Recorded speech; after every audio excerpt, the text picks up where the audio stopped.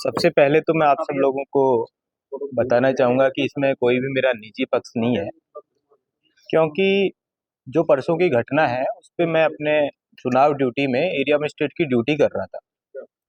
और जब मैं वहाँ पे पहुँचा तो वहाँ पे रोड को रोका गया था और मतदान का थोड़ा बहिष्कार चल रहा था। तो क्योंकि मैं अपनी प्रशासनिक ड्यूटीज पे था और चुनाव आयोग के और जो माननीय मेरे जो सीनियर अधिकारी हैं, जो उनके ऑन रिकॉर्ड जो हमारी सरकारी ड्यूटी होती है, हम उसी की पूर्ति वहाँ पे कर रहे थे। तो निजी तो इसमें कोई किसी प्रकार के मेरे विचार हो ही नहीं सकते। तो हमने वहाँ पे अपनी एक राजकीय कर्तव्य की पूर्ति की।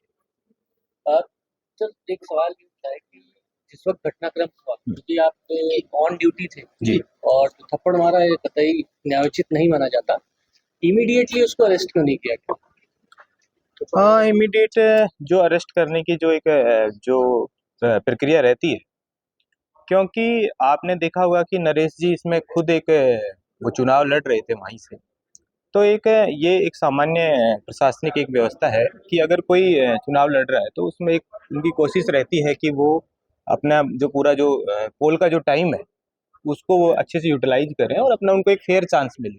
तो जहाँ तक जो प्रशासनिक व्यवस्था रही उसमें यही एक कोशिश रही कि वो 6 बजे जब चुनाव पूरा खत्म हो जाए। और एक दूसरी समस्या ये भी रहती है कि क्योंकि प्रशासन का जो मेन और जो हमारे पूरी मशीनरी का जो मेन उद्देश्य था, वो कहीं ना कहीं केवल चुनाव को शांतिपूर्ण ढंग से उस क्योंकि आपने देखा कि जो भी उसमें जो न्यायिक कार्रवाई है वो तो उसके बाद भी जस्ट हुई, लेकिन एक सब पहला प्रयास प्रशासन का ये था कि चुनाव शांतिपूर्ण संपन्न हो, जो कि आपने देखा कि एक शांतिपूर्ण संपन्न हुआ। लोगों का कहना है कि धरना पे बैठे थे, उनकी सिर्फ़ इतनी डिमांड थी कि भई डीएम या एसपी आ जाएँ, हम उनको ज्ञापन दे देते, बात खत्म हो जाती। तो प्रशासन स्तर पर इस पर चर्चा नहीं की गई, कम से कम आई जाती तो ये बात ना उठता। अभी हमारे जो मजिस्ट्रेट महोदय हैं उन्होंने भी एक ये बात को रखा है, क्योंकि आपको ध्यान होगा कि विधानसभा में करीबन 300 बूथ होते हैं और ये बात कहीं से भी आ सकती है कि वहाँ पे जिला मजिस्ट्रेट साहब और एसपी साहब वहाँ पहुंचे। तो ये संभव भी नहीं हो पाता है कि क्योंकि आपको मैं बताना चाहूंगा कि हमें लगभग हम 10 आरएस अधिकारी उस विधानसभा में काम कर रहे थे, जिसमें 7 एरिया मजिस्ट्रेट के रूप में काम कर रहे थे। इसके अलावा आरओ एआरओ और पूरी जिला मशीनरी उसमें। तो वो हमारे जो कलेक्टर मैडम है उन्हीं के निर्देशन में ही वहाँ पे काम होता है। तो उनकी अपनी बहुत सारी जिम्मेदारियां होती हैं, तो वो व्यक्तिगत रूप में उनकी। और चुनाव के दिन तो क्योंकि सूचनाओं का आदान प्रदान होता है और बहुत सारी सूचनाएं माननीय आयोग को भी भेजनी होती हैं, तो उसमें मजिस्ट्रेट साहब की एक भूमिका रहती है। तो शायद ये रीजन रहा हो। आपने खुद एफआईआर लॉन्च कराई? बिल्कुल, क्योंकि घटना मेरे साथ सीधे ही हुई है और आपने वीडियो में बिल्कुल क्लियरली देखा ही है। तो मैंने बिल्कुल मेरे जो पक्ष था और जो एक्चुअल जो पूरे दिन की घटनाएं थी उनके बारे में एफआईआर आपके सामने वो आ भी गई होगी। सर एक आरोप लगा रहे हैं नरेश मीणा की आपके द्वारा फर्जी वोट वहां डलवाए जा रहे थे और आपको थप्पड़ मारा, तो इसका उन्हें कोई अफसोस नहीं, वो कह रहे हैं कि मैंने सही थप्पड़ मारा है। ये क्रिमिनल एक्टिविटी थी और अगर कोई भी क्रिमिनल एक्टिविटी करता है तो वो अपने बचाव के लिए कोई भी आरोप किसी पे लगा सकता है। लेकिन मैं अपने as a SDM as a area magistrate मैं अपनी ड्यूटी पे था और जिन लोगों ने भी वोट किया वो सब अपने अपने वेल वेल जो समझदार लोग थे, सब अपने वोट मत का इस्तेमाल उन्होंने किया है। इसमें ये बात कहाँ से आ जाती है कि मैंने कोई जबरदस्ती किसी से वोट डलवा दिया? ये तो संभव ही नहीं है। हम तो हमारी राजकीय कर्तव्य को निभा रहे हैं। अब आरोप लगाना तो बड़ा आसान होता है। आरोप आप प्रूव करो ना, कुछ भी आप कोई बात को प्रूव करो। भाई, आरोप लगाना तो बहुत आसान बात है ना। बीइंग अ विक्टिम आप किस तरीके की कार्रवाई चाहते हैं पुलिस से? नहीं, मैं सबसे पहले आपसे निवेदन करना चाहूंगा, मैं इसमें विक्टिम अपने आप को मानता ही नहीं हूँ, क्योंकि मैं अपना प्रशासनिक कार्य कर रहा था और उसमें विक्टिम होने जैसी बात है ही नहीं।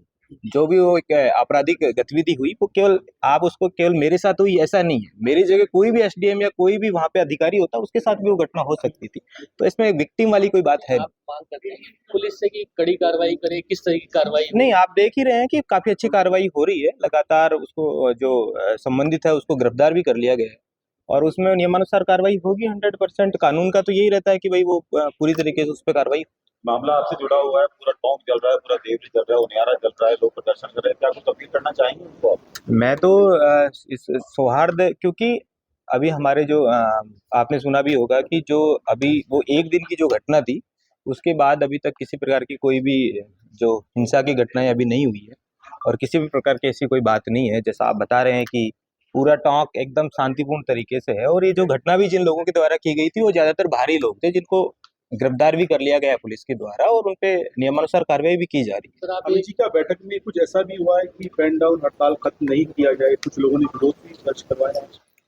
इसमें ये तो एसोसिएशन की इन हाउस मीटिंग थी, वो तो एक चर्चा का पार्ट है जो माननीय हमारे जो अध्यक्ष महोदय हैं खराड़ी जी, उन्होंने आपको बता ही दिया है। बाकी जो डिसीजन है वो भी अध्यक्ष साहब के द्वारा ही किया जाना है चर्चा के बाद, तो उसमें मेरा सहमति है? बिल्कुल 100% हम हमारे अध्यक्ष के प्रति पूरा एसोसिएशन उनके पीछे है, पूरे आरएस अधिकारी उनके पीछे हैं और राजस्थान के जितने भी कर्मचारी और अधिकारी संगठन है वो भी इस बार एसोसिएशन के साथ जुड़े हुए हैं, तो बिल्कुल उनमें पूरा पूरा विश्वास है। एक सर ये लोकल असेसमेंट की इस बात का हो रहा है, सवाल उठ रहा है कि आप एसडीएम हैं और चूंकि धरना के बाद बड़ी तादाद में लोग वहां पर आए, क्या इंटेलिजेंस एज्यूम नहीं कर पाई थी कि इतना बड़ा घटनाक्रम होगा? दूसरी बात, जब इतना बड़ा घटनाक्रम हुआ तो फिल्मी स्टाइल में एक बंदा आता है बुलेट से और वहां पर फिर उसी मंच से ललकारता है और कहता है कि जो किया सही किया, तो इसमें एक प्रशासन मैं इस संबंध में कोई कमेंट नहीं करना चाहूंगा क्योंकि ये मेरे जो दायरे से बाहर की बात है और एक बहुत ही अच्छा जो भी हमसे पुलिस और प्रशासन से जो उस स्थिति में जो बेस्ट बन पाया था वो किया भी है और आपने देखा भी है जी। ठीक है वैसे। Thank you.